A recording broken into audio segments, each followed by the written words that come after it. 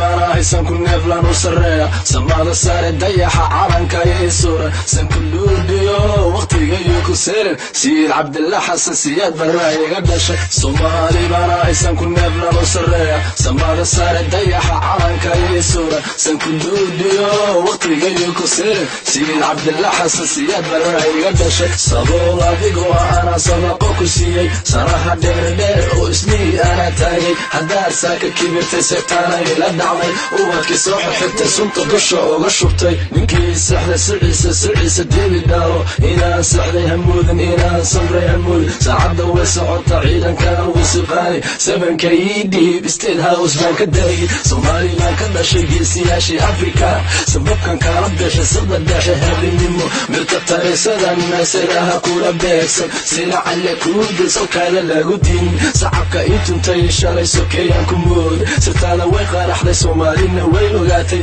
safaaradan gubi inasan ka duudiyo sidii leerban sinjigaada faabtiin Soomaali bana haysan ku neeflan u sareeya samada sare dayaxa calanka yeesura san ku duudiyo waqtiga ku seerin Siid Cabdillah Xasan Siyaad baraayiga dhashay Soomaali bana haysan ku neeflan u sareeya samada sare dayaxa calanka yeesura san ku duudiyo waqtiga ku seerin Siid Cabdillah Xasan Siyaad baraayiga dhashay Hargeysa soda garowe soda jigjiga soda garissa soda xamar soda kismaayo soda buhooda soda baladweyne soda bardheere soda baydhabo soda